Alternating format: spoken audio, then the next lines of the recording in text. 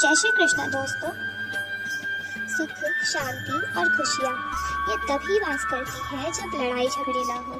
जिस घर में क्लेश होते रहते हैं वहाँ लक्ष्मी का वास कभी नहीं होता। लेकिन क्लेश होने का कारण क्या है? क्या आपने कभी सोचा है? पति पत्नी दोनों एक दूसरे के जीवन साथी होते हैं। जब एक स्त्री और पुरुष का विवाह होता है तो दोनों जन्म जन्म के लिए एक बंधन में बंध जाते हैं। दोनों के बीच का अटूट प्रेम उन्हें जीवन भर एक दूसरे से बांधे रखता है। लेकिन एक समय ऐसा आता है जब दोनों के बीच संघर्ष उत्पन्न होने लगता है। दोनों के बीच असामान्य रूप से लड़ाइयाँ होने लगती हैं, जिससे उनका सुंदर सा रिश्ता भी कड़वा हो जाता है। किंतु दोनों के बीच क्लेश से दोनों में से ही कोई खुश नहीं रहता और इसी क्लेश के कारण धीरे धीरे संबंध भी टूटने लगते हैं। लेकिन यदि आप गौर करें उन बातों पर जिस पर आप झगड़ रहे हैं, तो आप पाएंगे कि जिन बातों के लिए आप झगड़ रहे हैं उनमें से अधिकतर के तो कोई कारण ही नहीं है, अपितु वहाँ ऐसी कोई वजह ही नहीं है जिस पर आप झगड़ रहे हैं। किंतु फिर भी झगड़े का कारण क्या है? झगड़े का कारण है आप दोनों का ईगो। आप गौर करेंगे तो पाएंगे कि आप दोनों ही एक दूसरे से खुद को कम नहीं समझते।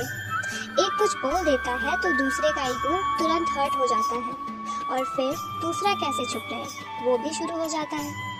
तो आप क्या करें? आप दोनों एक दूसरे के जन्मों के साथी हैं, इसलिए परमात्मा ने आपको मिलाया।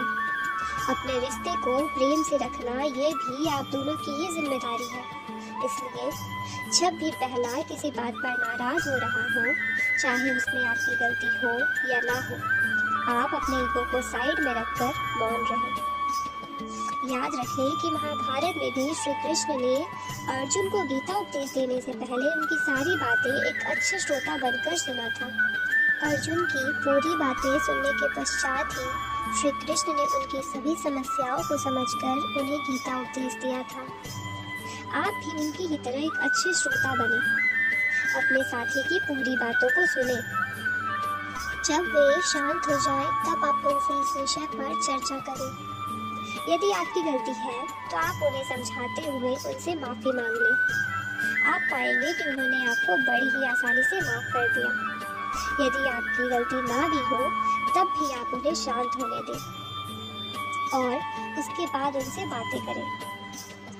तब वो आपको भी समझेंगे और यह भी मानेंगे कि यहाँ आपकी कोई गलती थी ही नहीं। अब आपके मन में एक प्रश्न जरूर उठता होगा कि मैं ही हमेशा क्यों चुप रहूं?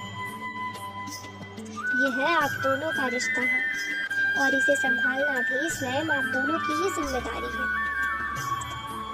आपका साथी भी नहीं चाहेगा कि आप दोनों का संबंध खराब हो, इसलिए जब आप उन्हें यह बात समझाएंगे या वीडियो में दिखाएंगे तो वो भी इस बात को जरूर समझेंगे। क्लेश होने का दूसरा प्रमुख कारण है कि हम दूसरों की बातों में आकर बिना जांच पड़ताल किए अपने साथी से झगड़ने लगते हैं। इसलिए किसी भी बात पर पहले जांच पड़ताल कर लें। यदि आपके साथी की गलती है तब भी उन्हें प्रेम से पूछें, उन्हें प्रेम से समझाने का प्रयास करें। इससे आप दोनों के बीच का प्रेम और बढ़ जाएगा और आपका संबंध